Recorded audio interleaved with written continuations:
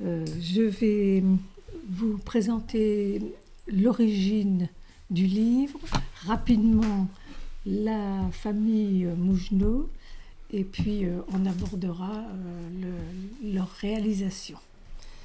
Donc l'origine du livre, il se trouve à Dévillers. Je ne sais pas si vous connaissez la commune, c'est à quelques kilomètres d'Épinal sur la route de Bruyères. Je fais partie de l'association du patrimoine de Dévillers, et à cette occasion, on a réalisé un travail de recherche sur l'histoire des écoles à Dévillers. Et je me suis intéressée à la construction du bâtiment de la mairie-école et à son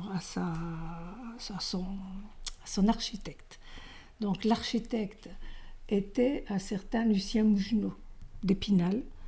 J'ai cherché un peu plus loin, naturellement, pour découvrir que Lucien Mougenot a eu un fils Louis, architecte, qui a eu un petit-fils, Jean, architecte encore. Donc, et à eux trois, ils couvraient un siècle d'architecture. Ça m'a semblé suffisamment intéressant pour faire des recherches sur les trois architectes Mougenot. Voilà. Alors, cette famille, c'est une famille spinalienne, et quand on fait la généalogie, on les retrouve tailleurs de pierre dès la première moitié du XVIIIe siècle. Je ne suis pas arrivée à monter plus haut. Donc, tailleurs de pierre, ensuite entrepreneurs de bâtiments et parfois souvent de travaux publics en même temps. Et les trois derniers, donc Lucien, Louis et Jean, architectes.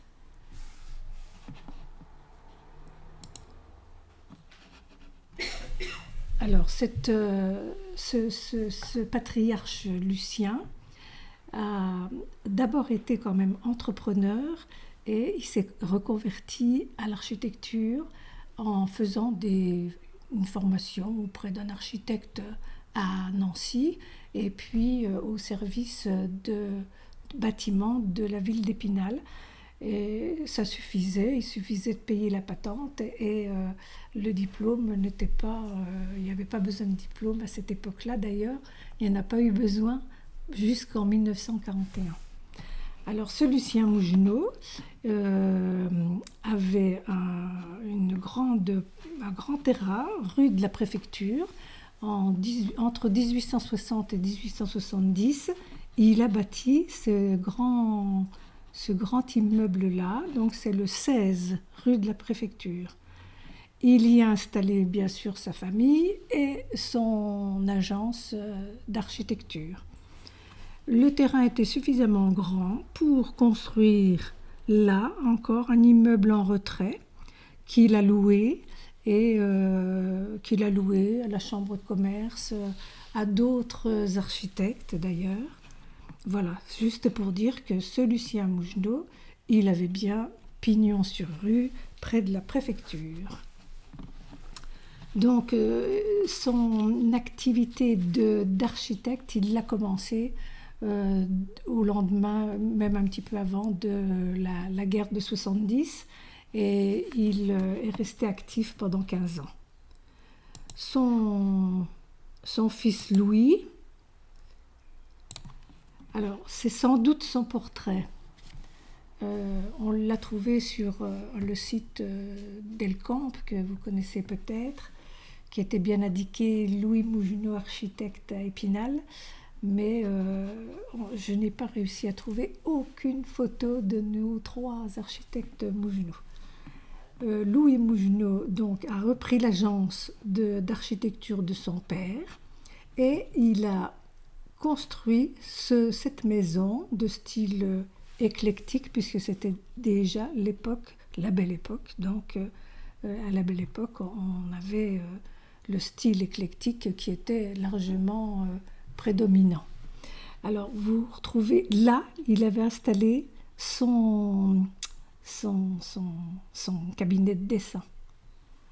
Il a épousé, c'est quand même important de le dire, la dernière fille de Jules Méline. Jules Méline, qui était un homme politique vosgien très connu, qui a terminé sa carrière politique à Paris en étant président du Conseil, et il a été 3 fois ministre de l'Agriculture. Ici, vous avez le chalet qu'on appelait au Tauly le chalet Méline-Mougenot. Voilà le beau-père de Louis Mougenot, ce fameux petit Jules Méline. Bien sûr, c'est Louis Mougenot qui a construit ce chalet qui réunissait les 2 familles Méline-Mougenot. Alors, malheureusement, il n'existe plus. Il avait une jolie frise colorée sous l'avant-toit et une belle gloriette. Louis avait une sœur, Lucienne Mougenot, qui a épousé un certain docteur Lahalle à Rambervillers. La famille Lahalle était assez connue. C'était une famille de militaires. Et donc, Louis Mougenot a construit cette maison. Je ne la montre pas en entier parce qu'elle est malheureusement en très mauvais état, sur la place qui s'appelle maintenant la place Lahalle à Rambervillers. Parce que ce monsieur Lahalle était maire et conseiller général de Rambervillers, du canton. Et là, vous avez la dépendance de la villa des Lahalle, avec ici, là, on voit un petit peu une tête de cheval en fonte qui est magnifique. Alors ça, c'est le style, on va dire, le style un peu palladien, avec le portique à colonnade, les arcs, les fenêtres en arc arrondi.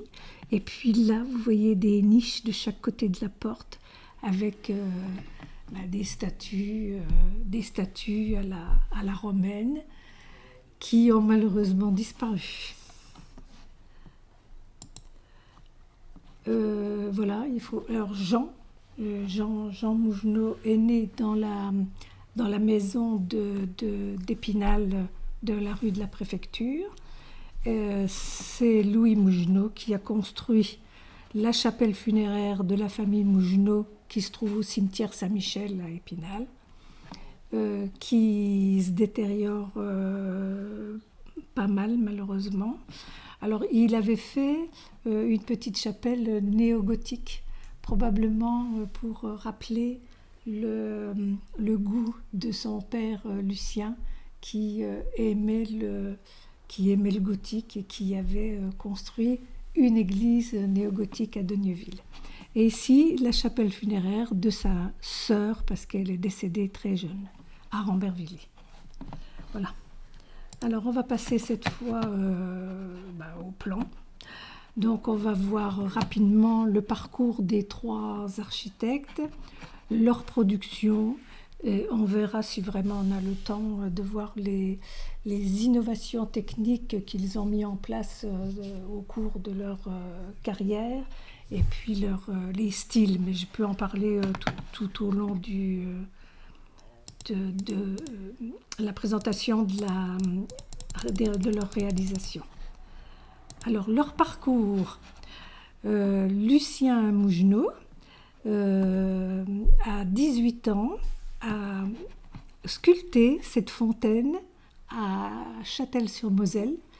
Il suivait les cours de sculpture au musée d'Épinal. C'était le conservateur qui donnait ces cours-là. Et il était à ce moment-là, il avait donc que 18 ans. Ensuite, il a travaillé avec son père, comme très souvent, on apprend le métier avec le papa. Et donc, comme je vous l'ai dit tout à l'heure, il s'est reconverti à l'architecture en allant se former auprès d'autres architectes. Et il a été membre fondateur de la Société régionale des architectes de l'Est, qui essayait de promouvoir et de défendre un petit peu le métier. Lucien Mougenot, dès qu'il s'est installé comme architecte, il a tout de suite demandé à apparaître dans l'Annuaire des Vosges.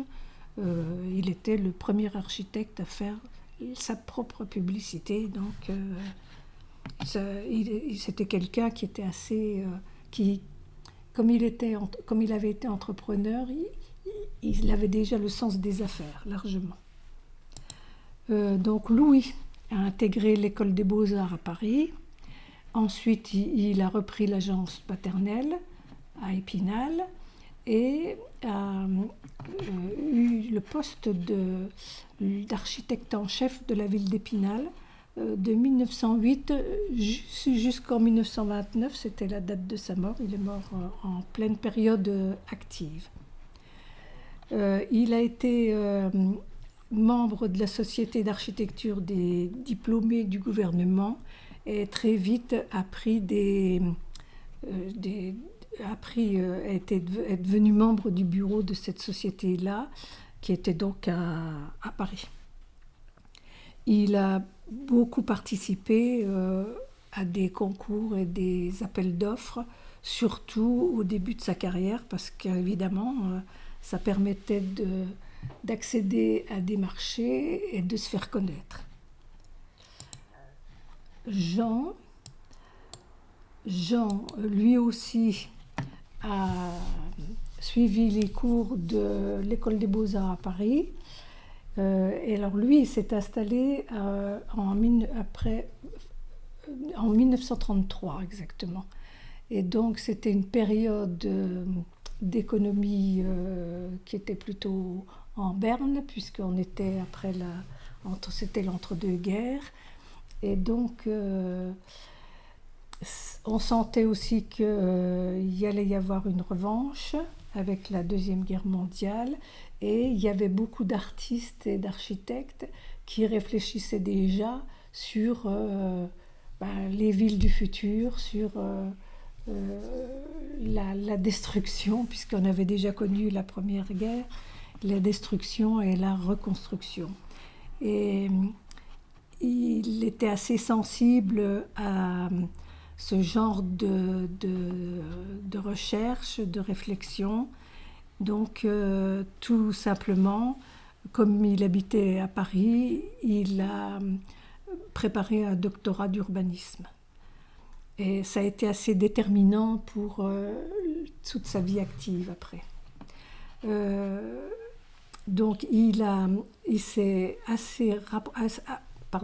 approché du courant fonctionnaliste de Le Corbusier, qui prônait la fameuse charte d'Athènes. L'idée fondamentale, c'était de construire des villes par zone d'activité, donc l'habitat, le déplacement, le travail, les loisirs, etc. Alors après la Deuxième Guerre, tout de suite après, il a été coopté par Jean Prouvé, donc vous connaissez sans doute, le Lorrain qui a été ferronnier d'art au départ et qui a beaucoup travaillé sur la production en série de maisons à ossature en fer. Donc il était de Nancy.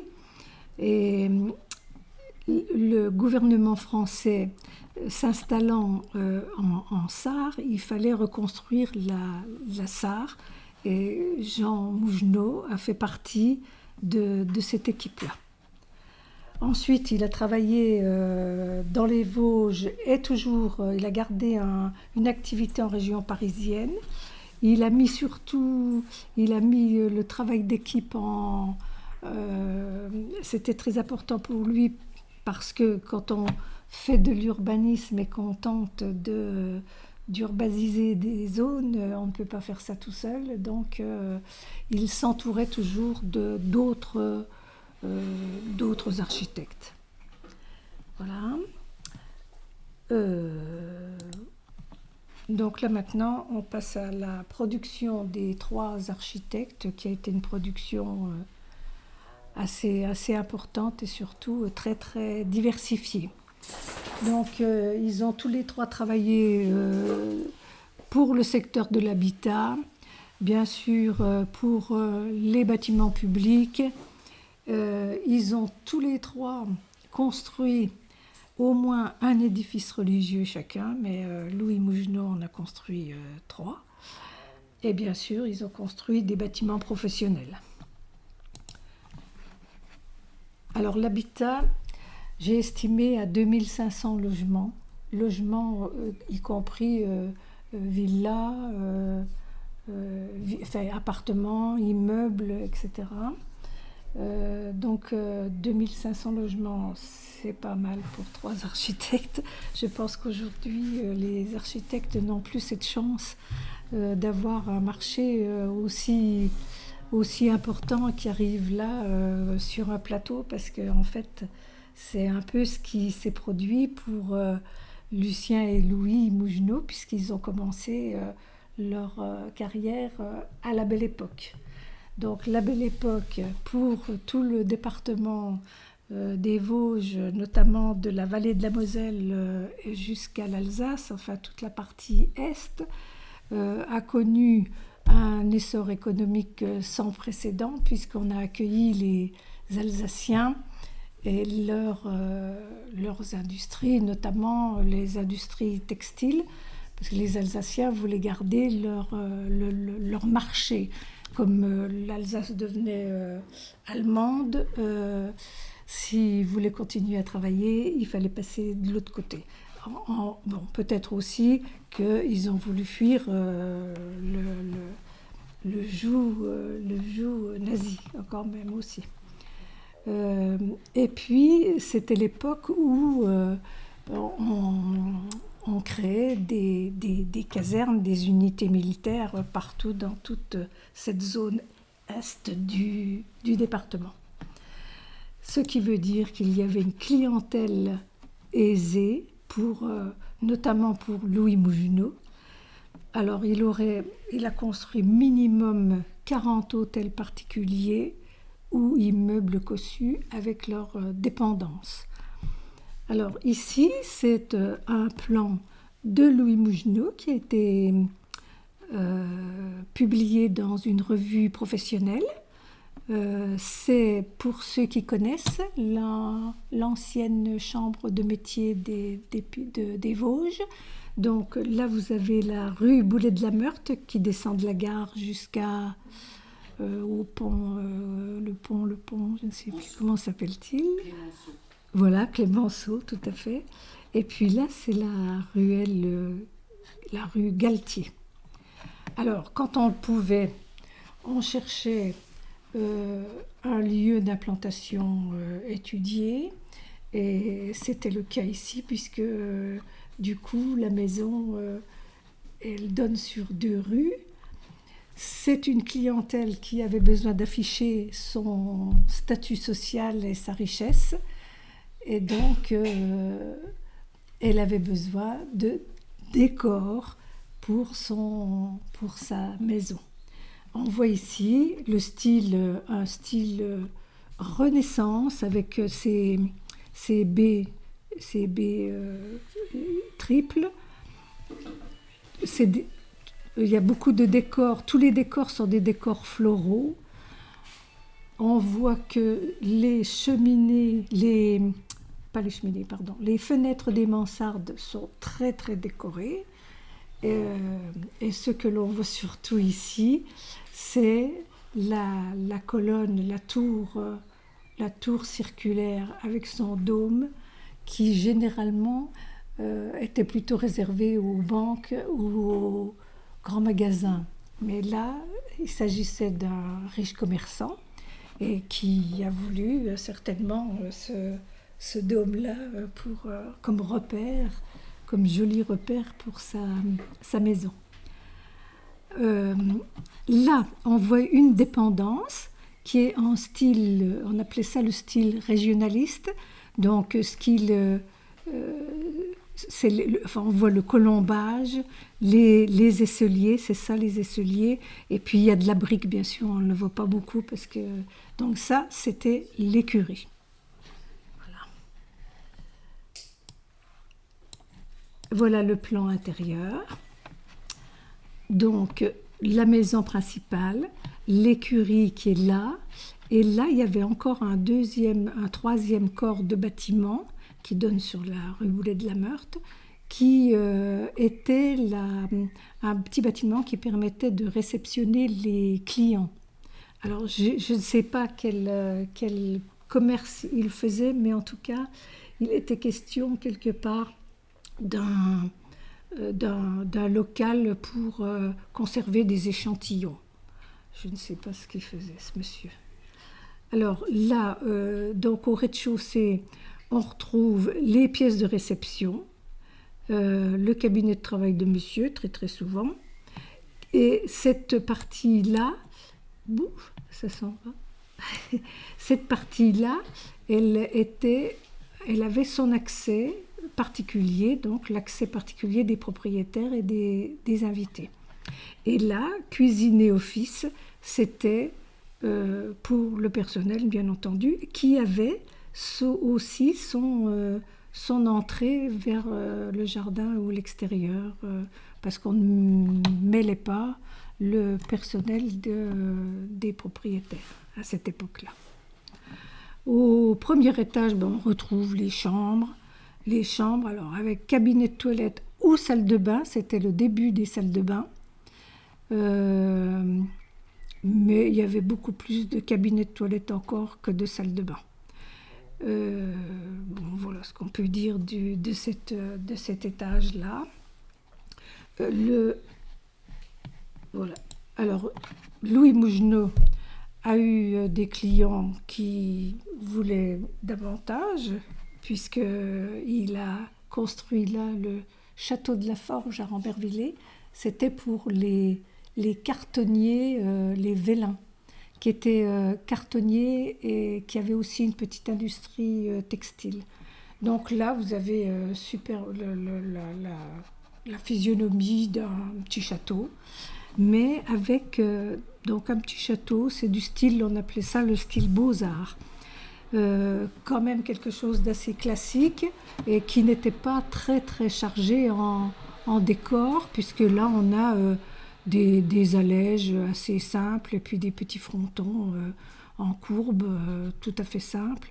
Mais par contre là vous avez une superbe marquise Art Nouveau, et on verra plus loin. Là aussi il y a un balcon d'angle qui est magnifique en fer forgé. Dans toutes ces maisons, l'intérieur est toujours très, très soigné. Chaque plafond est décoré.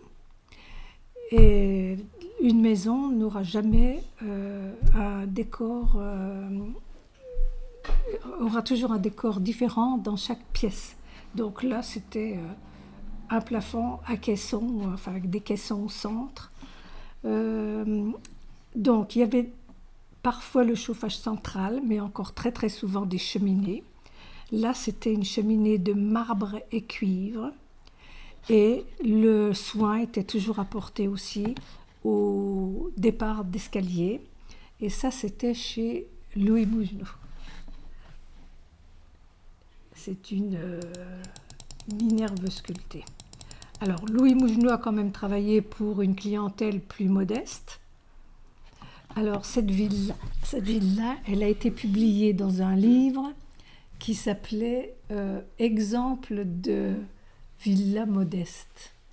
Cette villa faisait quand même 160 mètres carrés. Alors, elle existe toujours. Donc, c'est un style régionaliste. C'est du style stéréotypé des villas balnéaires. Alors, avec colombage.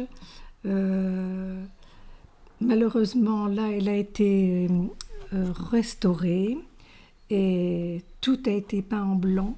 Donc, on ne voit plus du tout ce style régionaliste-là. Il a été on va dire effacée carrément. Mais bon, voilà. Donc c'est à Arches, c'est sur la route quand vous quittez la route d'Épinal par Saint-Laurent. Elle se trouve à gauche. Et là, je vous montre la façade sud, c'est un côté en fait, d'un immeuble rue Maréchal Lyotet, parce que cette façade a été rénovée récemment. Et donc, je dirais qu'elle est assez magnifique, avec des allèges florales, fronton droit ici, fronton à col de cygne ici, et puis regardez les cheminées, on retrouve toute la décoration Renaissance, ainsi que sur la mansarde. Alors, ce qu'on peut dire aussi des immeubles et des maisons en général de Louis Mougenot, c'est que ces mansardes sont à toit très très très pentu, et on ne voit jamais le dessus du toit, ou très très rarement. Ça fait partie des caractéristiques de Louis Mougenot. Alors, il a tout de même, en dehors de ces belles constructions, il a travaillé pour les industriels Vincent Pognier de Senones, qui s'étaient installés à Rambervillers. En fait, ils ne se sont pas installés très très longtemps, mais une cité ouvrière, style cité-jardin, a été signée là de Louis Mougenot. Alors, en général, dans les Vosges, quand on parle de cité ouvrière jardin, on fait toujours référence aux cités de Thaon-les-Vosges. Eh bien, celle-là mérite autant d'être connue que celle de Thaon. Alors, c'est sur des maisons multifamiliales, souvent pour 2 ou voire 3 familles. Et ce qui est caractéristique de Louis Mougenot, c'est toutes ces toitures qui sont toujours assez travaillées. Il n'y a rien de... Enfin voilà, c'est toujours très fantaisiste. Alors là, le colombage, naturellement, il n'est plus en bois, c'est du béton peint. Et chaque maison porte un prénom. Alors on passe à l'habitat de la deuxième période, c'est la reconstruction après la Deuxième Guerre mondiale, donc 1945-1960. C'est l'État qui organise toute la reconstruction et qui, bien sûr, finance par les indemnités de dommages de guerre. Donc là, c'est Jean Mougenot qui va travailler beaucoup sur Épinal, surtout sur Épinal, mais également dans 6 autres communes. Alors, en dehors de la reconstruction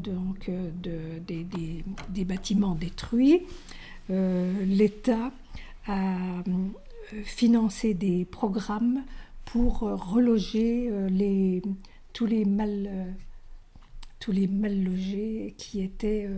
parce qu'avant la guerre, il y avait énormément de bâtiments insalubres et d'inconfort.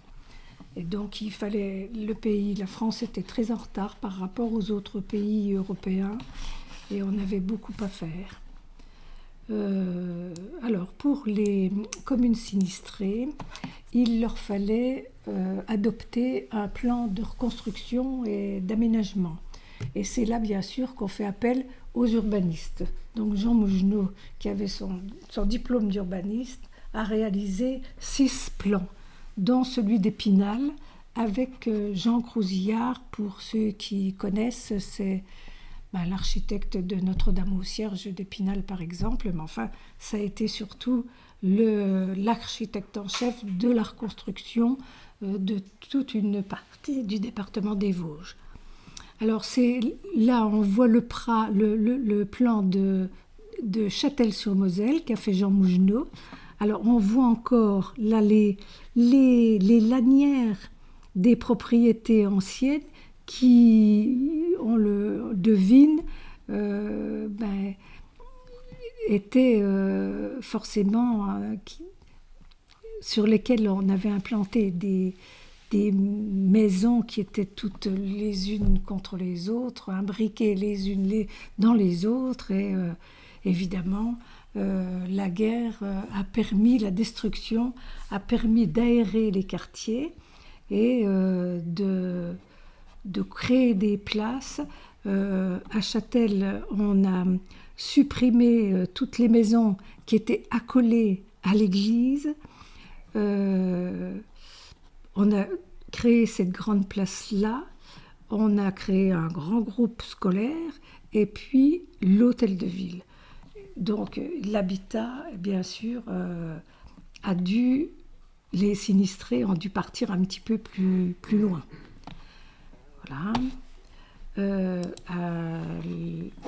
Jean Mougenot a réalisé le plan de Jean Ménil. Alors c'était assez intéressant parce qu'il l'a fait justement selon les idées de la fameuse charte d'Athènes. Donc là vous avez c'était évidemment un village-rue. Donc la rue principale, Ramberville et Saint-Dié, la voilà.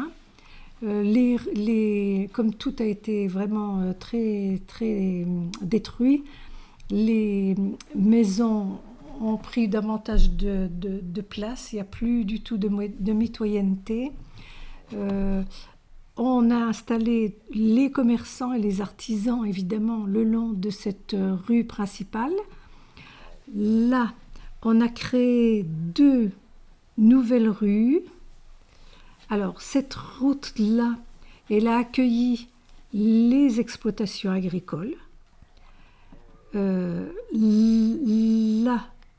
c'est créé une grande place publique avec son église et ses écoles. La zone industrielle ici, parce que Jean Ménil avait déjà une fromagerie, avait des scieries et avait déjà la poterie. Et là, les logements des ouvriers. Bon, voilà. Et ce plan-là a été montré en exemple dans une exposition à Paris en 1947. Jean Mougenot a réalisé aussi le plan de Charmes. Alors, dans les villes où les bâtiments étaient tellement exigus qu'on n'a pas pu reloger tous les sinistrés dans le même centre-ville. Il a fallu créer des quartiers, on appelait cela, des quartiers de compensation, donc on les créait en périphérie. Et Jean Mougenot, le cabinet de Jean Mougenot, a proposé des modèles d'habitation pour les sinistrés qui préféraient, soit n'avaient pas de place, soit préféraient aller en périphérie. Alors ses caractéristiques à lui, c'était ça, les porches arqués et les obliques là dans les angles, ainsi que les fenêtres carrées là en rez-de-chaussée. On les reconnaît comme ça souvent, ces pavillons. Donc ça a été le début du fameux pavillon individuel dont rêvaient toutes les familles. Donc là, les maisons ont été construites en agglo. Ça a été le début, bien sûr, de l'industrialisation du bâtiment. Voilà pour la reconstruction de l'habitat. Donc, comme je vous l'ai dit, l'État a encouragé des programmes, ont mis en place des programmes pour encourager la construction de logements beaucoup plus décents pour les populations qui étaient trop mal loties. La zone militaire de la Vierge n'avait plus besoin d'exister. Et donc la ville d'Épinal a urbanisé tout le quartier. Elle a commencé par un premier programme là, surplombant la courbe de la Moselle, c'est le lotissement de la Petite Mouche. Et ensuite, les autres programmes ont urbanisé le terrain de manœuvre qui se trouve là. Bien sûr, il y a eu en même temps construction des écoles. Et on a prévu aussi, parce qu'en fait, c'était pour loger toutes les familles d'ouvriers qui se trouvaient dans le bas, au champ du pain jusqu'à la Vierge, là où il y avait beaucoup d'usines. Et donc, on a créé une petite passerelle. Voilà. Et donc, les ouvrières montaient en vélo ou à pied par la passerelle. Voilà la Petite Mouche. Ce sont des pavillons en général multifamilles et quelques immeubles également, avec des arbres, pas mal d'arbres, de la pelouse et des placettes. C'est quelque chose un quartier assez aéré, qui, je crois, même encore aujourd'hui, a une certaine... il règne le calme, il y a des petits jardinets, bon, ça a l'air assez... Alors là, voilà les 3 autres programmes, alors là, par contre, c'est des barres qui sont plus importantes, et ça a concerné 700 logements, et tout ça, c'était à norme réduite. Ça veut dire qu'il y avait chauffage central ou pas, mais celui-là, par exemple, il avait le chauffage central collectif qui fonctionnait à la houille. Il y avait, on va le voir tout à l'heure,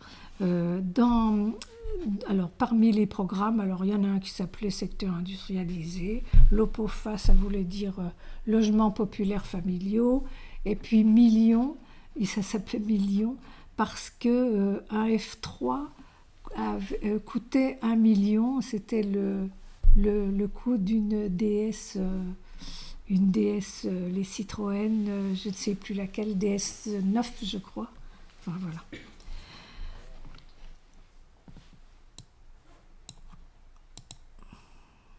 Alors, il y avait des immeubles, des grandes barres, mais il y avait quand même aussi des pavillons de plein pied, jumelés. Et voilà le confort que ces populations avaient, c'est-à-dire l'évier, pour la première fois le chauffe-eau, et pour la première fois la petite baignoire sabot. La 3e période, c'est la période du baby-boom. Donc 1960-1970, c'est toujours pour Jean Mougenot. Donc là, c'est en tout cas Épinal qui connaît une croissance démographique assez importante à cause due à l'exode rural, à la forte natalité d'après-guerre, bien sûr, et puis au flux de population d'immigrés. Là, il y avait une croissance économique assez significative avec des industries nouvelles. C'est de la chaudronnerie, les armatures métalliques pour les pneus Michelin. Il y avait les climatiseurs, et il y avait de la confection aussi. Et puis c'était le développement du tertiaire, non seulement des commerçants, mais des commerces, mais des services. Et il y avait un besoin estimé à 2000 logements pour Épinal. Alors, donc, on a urbanisé, cette fois, le plateau de la Justice, qui était quasiment libre. Je crois qu'il y avait quelques fermes, mais assez peu. Un il y avait aussi eu quelques dépôts dépôts militaires, mais toute cette partie-là était quasi fonctionnelle pour recevoir, accueillir toute cette population. Donc Jean Mougenot a construit 900 logements locatifs. Voilà le plan schématique de ce qu'il a construit, des barres à coudes, alors qui ne sont jamais très très hautes, puisque je crois qu'elles font 4 étages, ça fait 5 niveaux en tout. Donc des barres à coudes, et puis des tours, alors des tours, on va dire carrées. Et il a aussi construit, bien sûr, les écoles pour toutes ces jeunes familles qui arrivaient. Alors là, la tour T10, 15 niveaux, 90 logements, c'est ce qu'on appelle encore aujourd'hui, je sais pas, le donjon d'Épinal. Je ne sais pas si vous avez entendu parler du donjon d'Épinal. Voilà la carte postale en couleur de ce plateau de la Justice, avec sa tour T10 ici, et là l'ancien hôpital, bien sûr, qui a été démoli, ainsi que d'autres immeubles qui se trouvaient derrière l'hôpital. Alors voilà, une tour carrée, et puis la fameuse tour T10. Donc là, il est question d'une construction complètement industrielle, avec des fenêtres toutes prêtes qu'on colle dans les ouvertures. Là, ce sont des panneaux on appelle ça des panneaux de façade. Et l'ossature, en fait, elle se trouve à l'intérieur. Ce sont des murs, les murs porteurs intérieurs qui constituent l'ossature principale. Voilà pour l'habitat. Alors oui, ce qu'il faut quand même dire ici, c'est que bien sûr, dans cette nouvelle zone, c'était des salons avec des portes-fenêtres vitrées, donc très lumineux. C'était salle de bain, c'était chauffage central, alors au sol. Bien sûr, ce n'était pas l'idéal, mais à cette époque-là, c'était révolutionnaire. Et puis, c'était les vides ordures aussi. Voilà, ce qu'ont connu toutes ces populations qui sont arrivées et qui, pour la plupart, n'avaient pas connu ce confort-là, puisque ce sont des gens qui venaient, c'est ma génération, des gens qui venaient de villages et qui n'avaient pas forcément encore de salle de bain ni de chauffage central chez eux à cette époque-là. Voilà, on va passer, il est 19h18, je pense que 19h18, on peut encore continuer un petit peu. Alors on y va pour les bâtiments publics.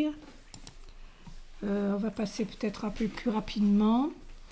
Donc je reprends les réalisations de Lucien Mougenot, de Louis et de Jean Mougenot. On voit tout de suite l'évolution de l'architecture. Donc là, c'est une école de village. J'ai noté école maternelle de Mazley. En fait, à cette époque-là, après 1870, on parlait de salles d'asile. Et les salles d'asile, c'était plus des garderies pour les enfants en bas âge que des écoles maternelles. En fait, les communes qui créaient ces écoles, elles favorisaient le travail des femmes dans les champs ou déjà dans les usines, ou le travail encore de la broderie. Il restait encore quelques travaux dans les maisons qui se faisaient directement à domicile. Alors Mazley, c'est pas très loin de Thaon-les-Vosges. Voilà pourquoi il y avait le maire, le conseil municipal était assez sensible à cela. Là, c'est l'école de filles de Gruet-les-Surences. Bon, c'est tout simplement une maison d'habitation. On ne peut pas distinguer que c'était une école, mais c'était encore à cette époque-là, on faisait beaucoup d'écoles qui ressemblaient tout simplement à des maisons d'habitation et on aménageait l'intérieur pour les classes au rez-de-chaussée et puis un logement. Alors, soit il y avait encore de la place pour une classe, c'était le cas ici à Gruet-les-Surences, donc elles étaient 60 dans une classe sans problème et l'institutrice, elle avait un tout petit logement à l'étage. Donc là, je vous montre la mairie-école donc de Dévillers, là où j'habite. Bon, alors cette école, elle est plus importante. On a créé, parce qu'on a voulu des locaux pour la mairie. Donc là, il faut loger les classes. Donc la salle d'asile ici, l'école des filles là et l'école des garçons là. Donc ça voulait dire une classe unique pour chaque sexe, parce qu'à cette époque-là, on ne mélangeait pas encore les garçons et les filles. À l'étage, voilà. À l'étage, on a les logements des sœurs, parce qu'à cette époque-là, pour les filles et la salle d'asile, on recrutait encore des sœurs. Il n'y avait que le directeur de l'école qui était logé là, qui était l'instit des garçons. Et puis, donc, la mairie voulait un local approprié, une salle pour le conseil municipal et une salle d'archives. Donc, ils étaient installés au-dessus, là. Voilà. Et puis, on ne le voit pas, mais il y avait aussi jardin à l'arrière. Ça se faisait comme ça à cette époque-là. Il y avait une écurie pour la vache de l'instituteur et ses poules. Et il y avait un four à pain. Bon, je pense que tous les instituteurs n'avaient pas ça à cette époque-là. Et puis, il y avait la pompe à incendie. Donc, tout ça était installé dans une aile qui se trouve sur la gauche. On passe aux écoles de Louis Mougenot. Alors là, on voit la différence. Donc, c'est les écoles de la Belle Époque. Et là, même pour des bâtiments publics, on y mettait quand même un peu plus d'argent. Cette école, comme toutes les écoles bâties par Louis Mougenot à la Belle Époque, elles étaient toutes en pierre, construites en pierre de taille, qui venait de la Meuse. Donc, ça s'appelait de Ville et les sablonnières, la pierre de Sablonnière, je crois. Donc, alors, c'était une pierre calcaire qui était intéressante parce qu'elle était quand même assez dure et elle se sculptait bien. Donc, bossage continu. Et puis, ici, allège, quand même, sculpté. Et puis, on avait un joli pavillon avec grand débord de toit. Et ça, c'est caractéristique, ainsi qu'un auvent très caractéristique de Louis Mougenot. Voilà, donc c'est l'école de filles de la rue Saint-Michel qui est devenue une école primaire qui reçoit des classes de musique.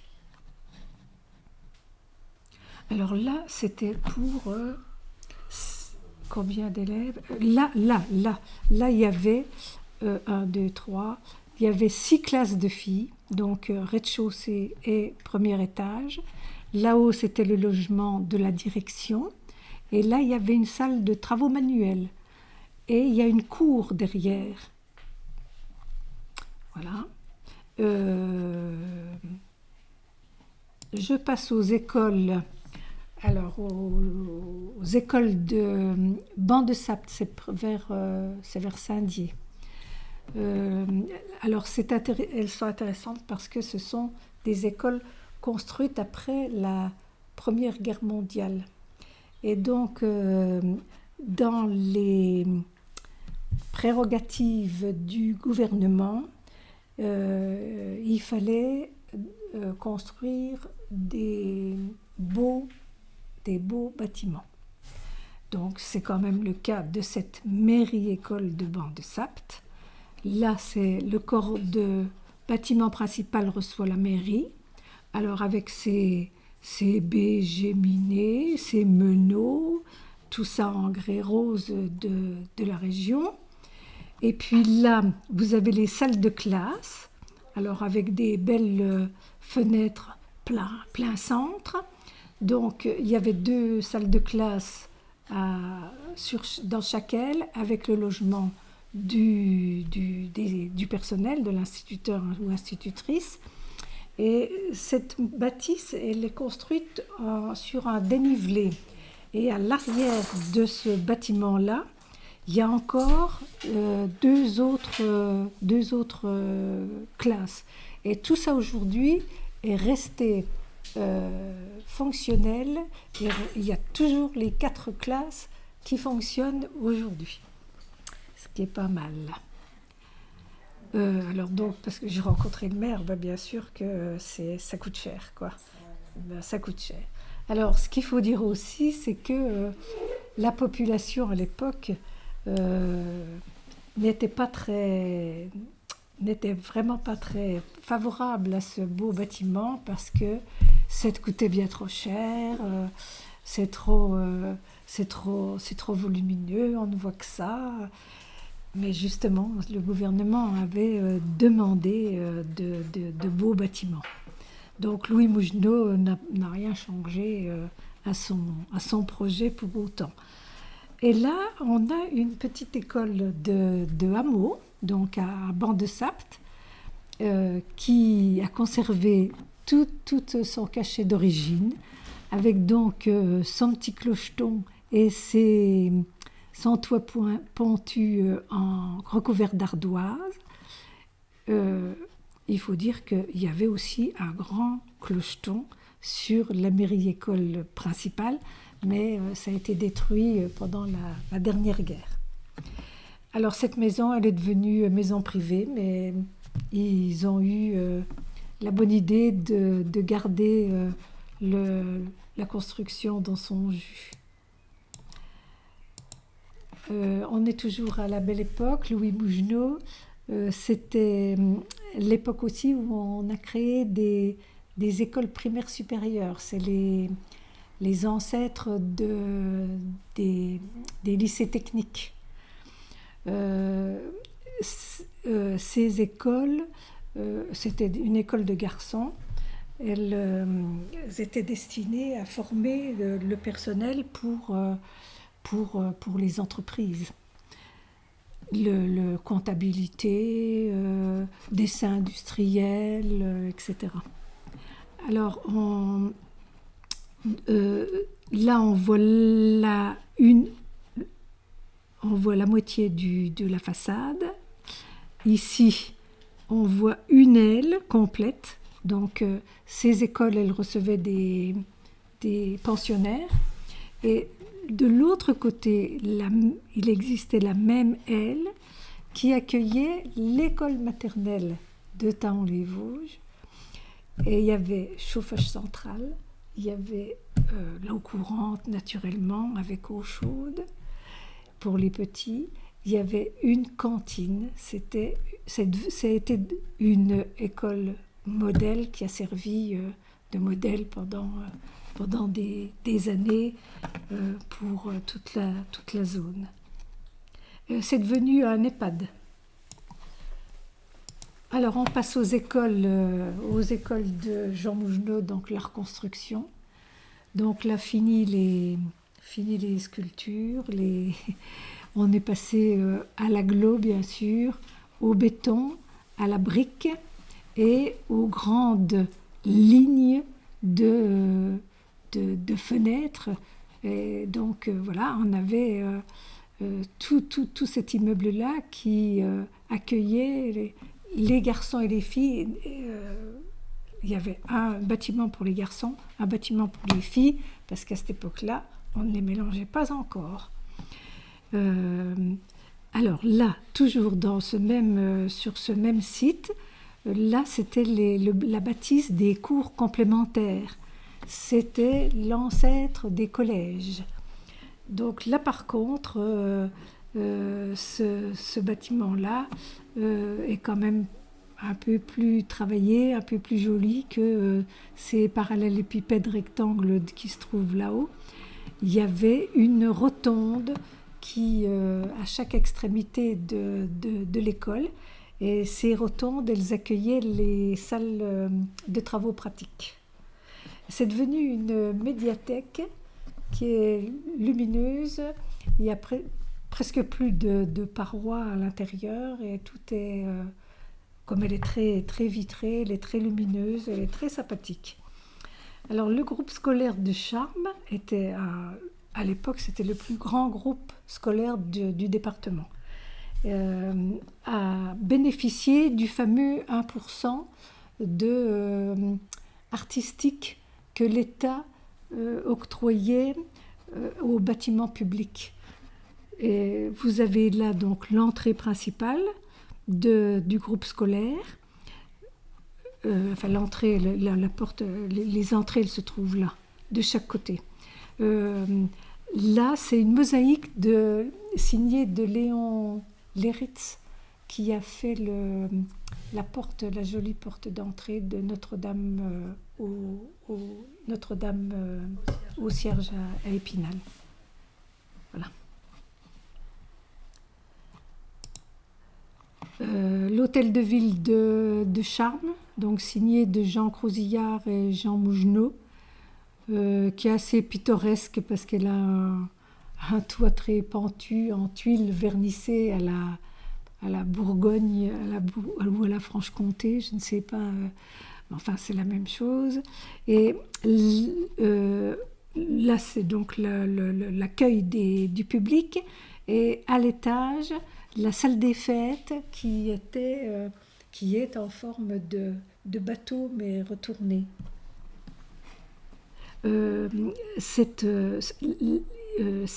corps de bâtiment-là recevait, je ne sais pas si c'est toujours le cas, mais quand je l'ai visité, c'était encore le cas, le conseil municipal, les réunions du conseil municipal et le bureau, complètement aménagés de façon moderne de cette époque-là et prévu, qui avait été dessiné par Crousillard et Mougenot. Avec les luminaires de l'époque, c'est très simple, mais ça a quand même de l'allure. Alors, je ne sais pas si le conseil municipal se réunit toujours là parce que ils auraient migré vers la gare, enfin une partie des services municipaux en tout cas. Parmi les bâtiments publics, on retrouve les postes de Louis Mougenot. Ce qui est intéressant, c'est rue Thiers à Épinal. Ces deux postes-là ont été construites par Louis Mougenot, celle-ci au tout début de sa carrière et celle-ci complètement à la fin.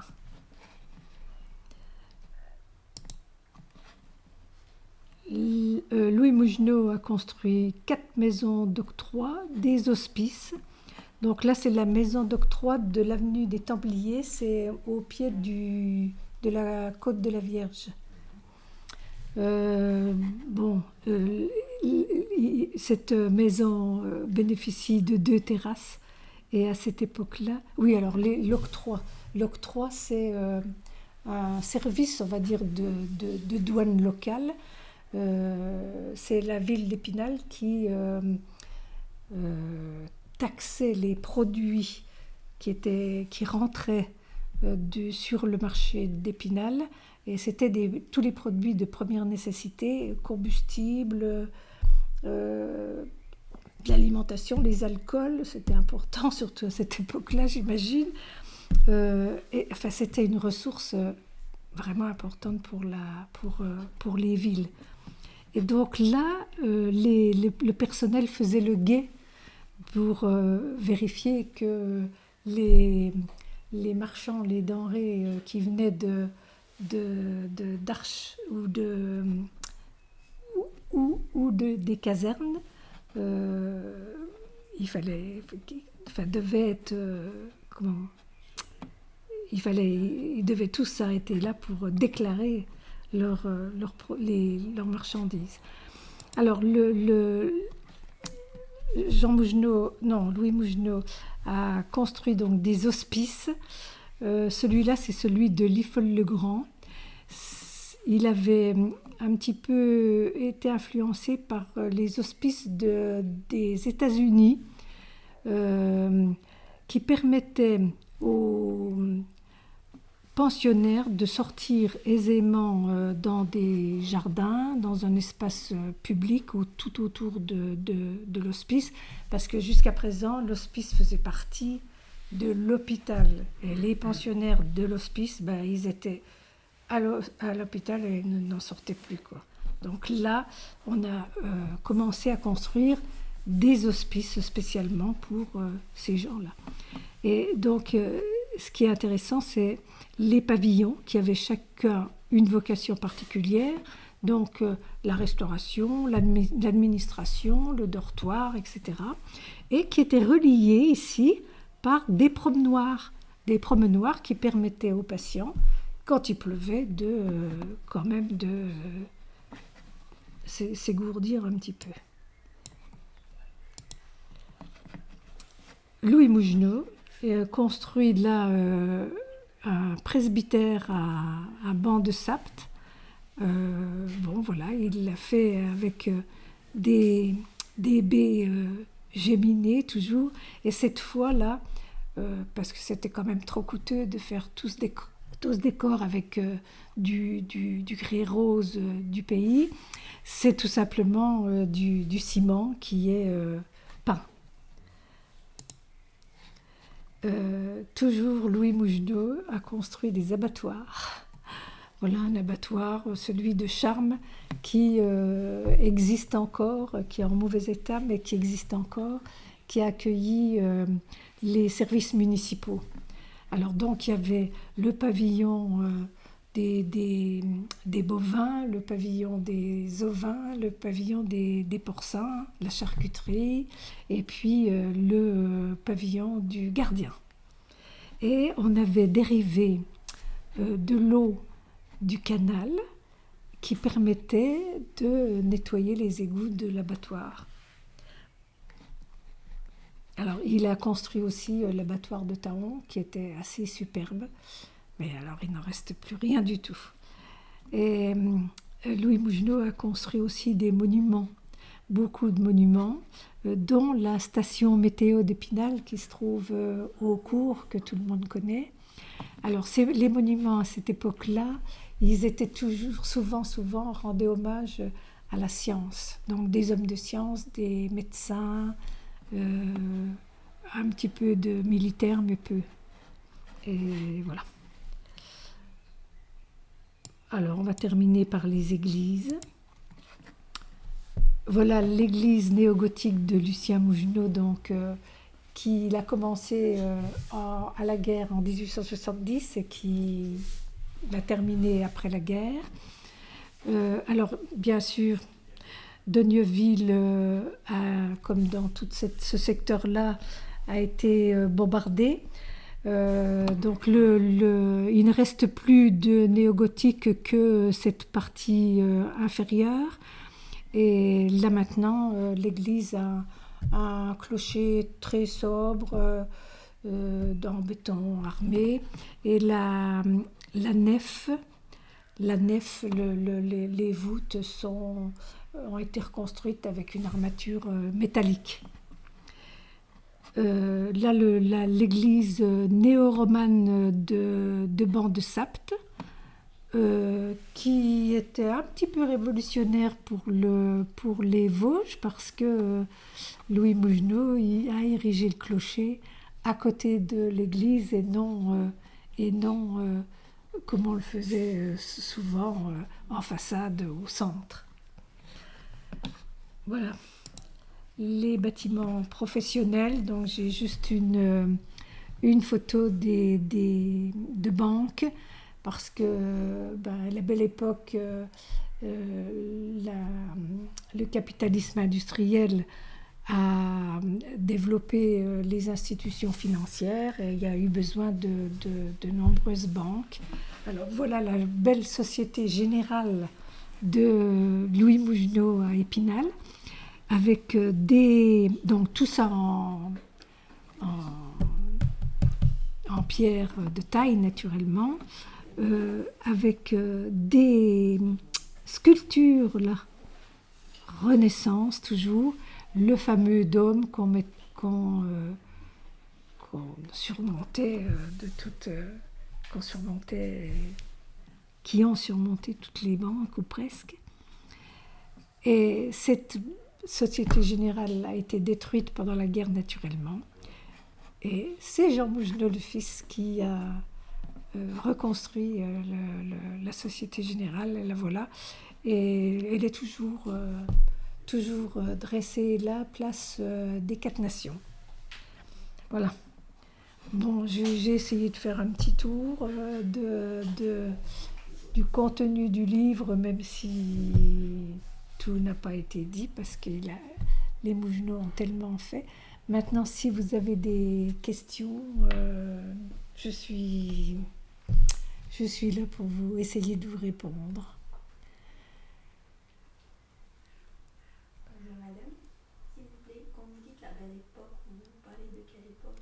Alors, la belle époque, c'est grosso modo 1818, la fin du 19e, c'est 1890, on va dire, jusqu'à 1914. Jusqu'à la Première Guerre. C'était pour le... Pardon. Oh, excusez-moi. C'est l'art nouveau, ce qu'on appelle. Non, non. La belle époque, c'est vraiment le style, c'est vraiment le style éclectique. Et effectivement, l'art nouveau. Mais l'art nouveau, c'est un art particulier qui donne, qui laisse surtout, qui est influencé par le monde végétal, par la courbure, je peux vous en montrer une. Je vais vous en montrer une. Bon, déjà, voilà une là. Là, ça c'est un balcon Art Nouveau, complètement Art Nouveau. La ferronnerie d'art. Je vais vous en montrer une autre. C'est celle-là. Ça, c'est Art Nouveau. L'Art Nouveau, c'est les motifs floraux, c'est les baies en courbe ainsi que les petits bois. Et c'est la mise en valeur de l'art local. Là, vous avez, on ne le voit pas bien sur la photo, c'est Rutière, à Épinal. Ce sont des décorations de grès, des grès flammés de Rambervillers. Et les vitraux sont aussi des vitraux Art Nouveau. Toute cette maison, elle a été classée monument historique en 1984, autant à l'extérieur qu'à l'intérieur, pour l'Art Nouveau. Mais l'Art Nouveau, c'est vraiment... ça ne fait plus partie du style éclectique. C'est quand même la même époque. Alors oui, c'est à la fin, tout à fait. Oui, si, c'est à la fin. Et c'est en même temps, c'est l'école de Nancy. L'école de Nancy fait partie de l'Art Nouveau. Et celle-là, elle est aux écoles de Nancy.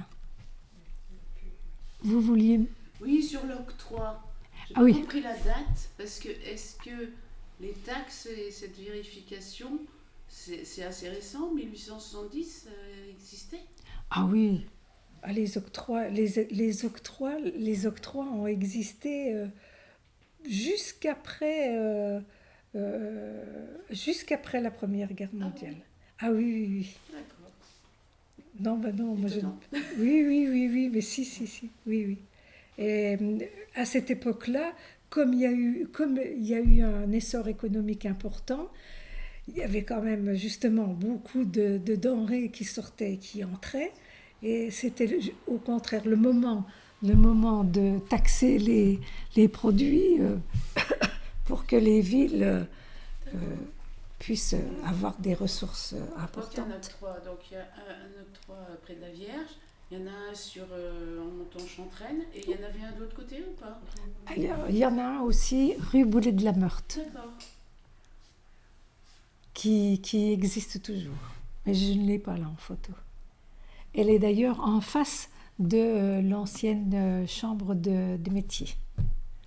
Et elle porte, comme l'octroi que je vous ai montré, avenue des Templiers, elle porte le blason de la ville d'Épinal.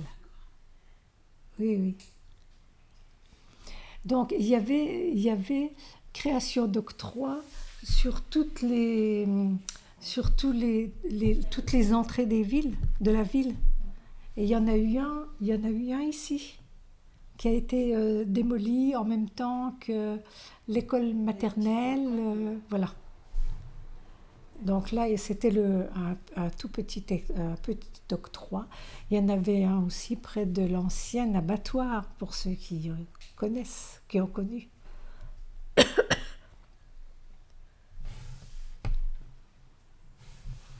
S'il vous plaît, pour l'hôtel de ville de Charmes, vous aviez parlé, je pense, d'un bateau inversé, si j'ai bien entendu. Parce qu'il y avait un toit pour l'hôtel Oui, de ville oui, de Charmes. Est-ce que vous avez des photos de l'intérieur, s'il vous plaît? Ah, j'en ai chez moi. Je peux pas. Ben oui, il y a tellement de belles choses que c'est bien difficile de montrer ce que je peux vous montrer, qu'est-ce que je peux vous montrer d'intérieur. Je peux vous montrer ça, mais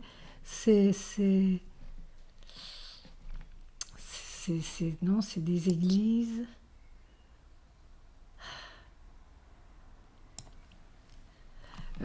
C'est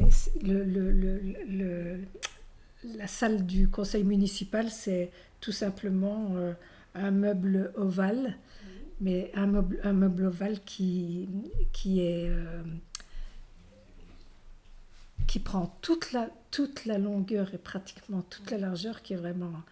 Il y a que ça, c'est tout simple. Sous le plateau, vous avez un petit plateau pour poser les petites affaires des conseillers municipaux. Et il y a un luminaire rectangulaire magnifique. Tout, très simple, mais c'est vrai que c'est magnifique. Si vous me donnez votre adresse mail, je peux vous envoyer une photo. Oui, si c'est possible. S'il vous plaît. Il n'y a pas de problème. Je vous remercie. Et est-ce que ces messieurs ont eu des filles? Est-ce que... Ils ont eu des filles? Ah non. Aucun d'eux n'avait... Genre, il n'y avait pas une certaine, comment dire, une implication féminine dans leur travail, peut-être? Une sœur ou une fille? Non. Enfin, Louis Mougenot a eu une sœur, ah oui, je l'ai dit au début.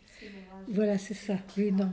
Donc, il avait une sœur qui a épousé un jeune médecin qui est devenu maire et conseiller général à Rambervillers. Et sa sœur est décédée très jeune.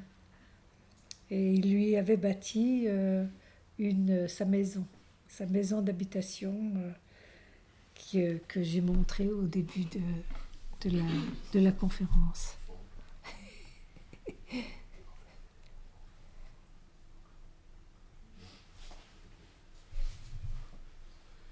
Ben voilà, je ne sais pas si... Il n'y a plus de descendants. Mais non, ah non.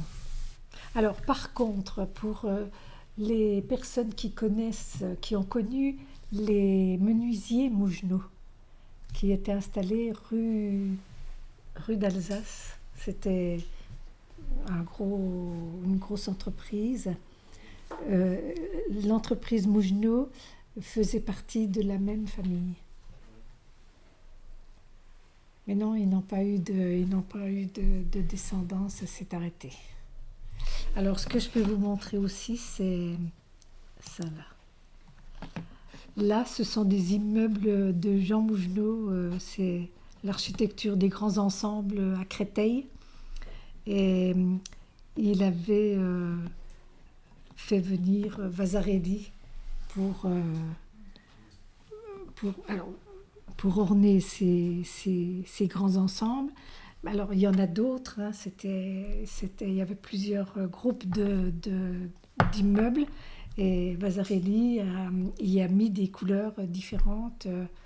Bon, ça donne un aspect quand même assez joli. Je ne sais pas si c'est très intéressant quand même de vivre là. Mais en tout cas, voilà. Ça, c'est l'intérieur de l'église de Jean Ménil. C'est un style un peu, on disait, un peu régional. Ça n'avait rien de régional lorrain en tout cas, mais ça voulait dire qui oscille entre la tradition et la modernité. Donc là, la tradition, c'était... là, il y a des parements. On ne le voit pas bien, mais tout ce mur est recouvert de parements de grès rose de la région. Et puis une charpente, bien sûr, de bois vosgien. Mais après, le reste, c'est moderne. Vitraux abstraits, c'est les premiers vitraux abstraits qu'on trouve dans les Vosges. Et un espace unique pour à la fois le prêtre et le public. Donc ça, c'était tout nouveau. Et il avait aussi construit sur le côté le baptistère. Le baptistère ne faisait pas partie de l'église comme on le faisait autrefois. Symboliquement, c'était on reçoit déjà le baptême avant de rentrer à l'église. C'était en quelle année? La reconstruction, donc 1900, on va dire 1950. Et l'extérieur est intéressant aussi, mais je ne l'ai pas là en photo. Qu'est-ce que je peux vous montrer d'autre? Ah, je vais vous montrer. Ils n'ont pas travaillé à l'étranger? Ah non. Non. Et ils n'ont pas été voir ailleurs non plus. Jean Mougenot est parti aux États-Unis parce que je l'ai vu il a pris le bateau. J'ai vu ça, mais bon, bon, est-ce que c'était dans le cadre parce que l'école des Beaux-Arts, à cette époque-là, à Paris, recevait beaucoup d'étrangers, et notamment beaucoup d'Américains. Et tout de suite après la guerre, il y a certains architectes qui sont partis aux États-Unis parce qu'ils avaient été sollicités par les États-Unis, qui étaient... La France faisait référence à cette époque-là, là-bas. La première femme architecte américaine a fait ses études en France. Oui. Voilà. Donc ça, c'était intéressant. Mais alors, est-ce que Jean Mougenot y est allé pour le plaisir? Je ne sais pas. Jean Mougenot n'avait pas d'enfant, donc lui, il avait peut-être plus de temps. Alors, oui, je vous montre cette église-là. Est-ce que quelqu'un la connaît? Elle est à Aumonzey. Oui, c'est ça. C'est sur la route de Gérardmer, la route de la Vologne. Alors, c'est une église privée. Elle a été commandée par la veuve, par Madame Walter Seitz, qui étaient les industriels textiles de Aumonzey, Granges-sur-Vologne. Et c'était en hommage à son mari qu'elle a voulu avoir cette église-là pour les familles d'ouvriers. Il faut dire qu'à cette époque-là, les familles d'ouvriers devaient, pour aller à la messe le dimanche, elles faisaient je ne sais plus combien de kilomètres. Peut-être aussi qu'elles n'avaient peut-être pas trop envie d'y aller. Donc, elle a peut-être voulu quand même les inciter un peu plus à prier, je ne sais pas. Mais alors, là, voilà, alors, elle est trop drôle, cette... Bon, parce qu'elle a plusieurs étages, Elle a des pavillons, là, des toits. Donc là, c'est une sacristie. Là, par exemple, c'est le début des escaliers qui va mener à la tour. Mais il y a mieux que ça. Là, au rez-de-chaussée, c'est une salle de spectacle, une salle de théâtre, avec la scène qui est là au fond. Et c'était justement pour le divertissement des jeunes qui, à cette époque-là, on faisait assez facilement du théâtre dans les villages. Et donc, elle avait voulu cette salle de spectacle-là. Alors, au fond, on ne voit pas là, mais au fond de la bâtisse, il a aménagé une grande ouverture pour pouvoir faire y entrer les décors qui se faisaient, qu'on construisait dans les ateliers de l'usine qui se trouvait en face. Enfin, vraiment, c'est... Alors, au premier étage, naturellement, le lieu de culte, que voilà, qui est tout simple, qui est dans son jus toujours, avec les éclairages de cette époque-là. Et puis la tour. Alors là, la tour. Eh bien, la tour, elle accueille un réservoir d'eau et qui, avec une pompe, était remplie de l'eau qui venait de l'usine en face et qui était distribuée ensuite dans les maisons ouvrières les plus proches. Ça fait penser un peu aux familles d'Istère. Oui, c'est ça. Une façon de Oui. mettre comme ça le spectacle. Alors, dans cette église, il y a encore une messe qui est... il y a une messe une fois par an qui est organisée. Je ne sais pas à quelle époque, parce que c'est un lieu sympathique, vraiment, c'est un lieu sympathique. Il y a des spectacles peut-être encore. Non. Elle s'appelle comment, Non. cette église? Et puis, pardon, L'église, elle s'appelle comment? au Monzé. Au Au Monzé, A-U-T. M-O-N-Z-Z-Y. Voilà. Merci beaucoup. Alors, malheureusement, elle est fermée. Hein. Elle est fermée. Mais alors, je crois qu'il y a quand même aussi au moins l'organisation d'un concert par an. Donc, il faudrait regarder, ça se fait en été.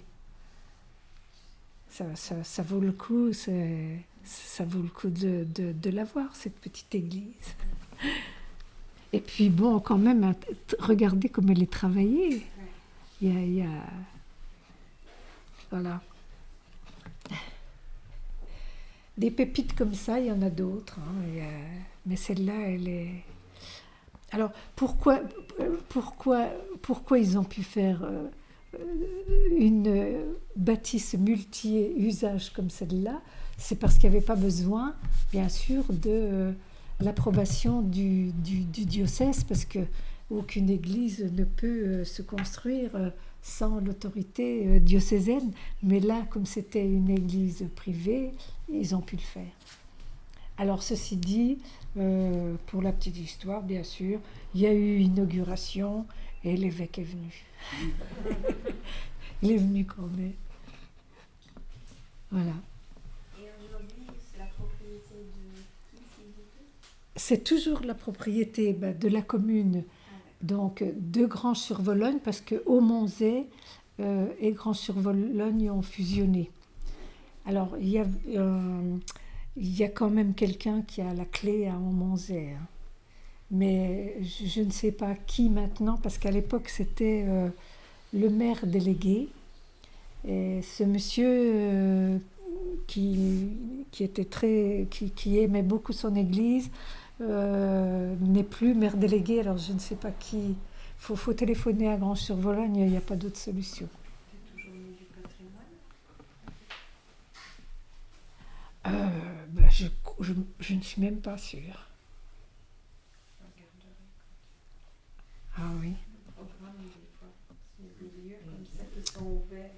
que ce jour-là, quoi. Oui. Que ce week-end-là. Alors, d'ailleurs, sur cette route-là, il y a comme par hasard 2 chapelles privées. Il y en a une autre, mais c'est plus des Mougenot, là. Hein, on est à l'extérieur des Mougenot. C'est la Quichempré, l'église de la chapelle de Quichempré, tout en granit. Et là, par contre, il y a davantage de concerts. Et c'est assez intéressant. Ce serait intéressant de voir les deux en même temps. Mais elles sont de la même époque, c'est pour ça. Elles sont de la même époque. Est-ce que c'est dû au fait qu'il y avait des usines là-bas, si j'ai bien compris? Bien sûr. Et elles existent toujours, ces usines, s'il vous plaît? Non. Non. Qui sont prêts ici, il y a quand même Alors, j'allais le dire, à Grand-sur-Vologne, c'est fini, non? Mais à Quichempré, il y a toujours Garnier-Thiebaut. Mais il y en avait d'autres, hein, il y en avait plusieurs. Ah oui. Et elles étaient spécialisées dans quel domaine, s'il vous plaît? Tissu. Mais Ah, ben, c'était principalement l'éponge. Ça a été beaucoup gelé. Mais c'était filature. Oui, c'était filature et tissage. À l'époque des Mougenot, c'était filature et tissage. Voilà. C'est plus tard que les Vosges se sont un petit peu spécialisés dans la confection, mais plus tard. C'est plus tard, c'est vrai. C'est à la dernière guerre, quand la confection. Ben voilà. J'éteins juste le micro. Oh ben oui.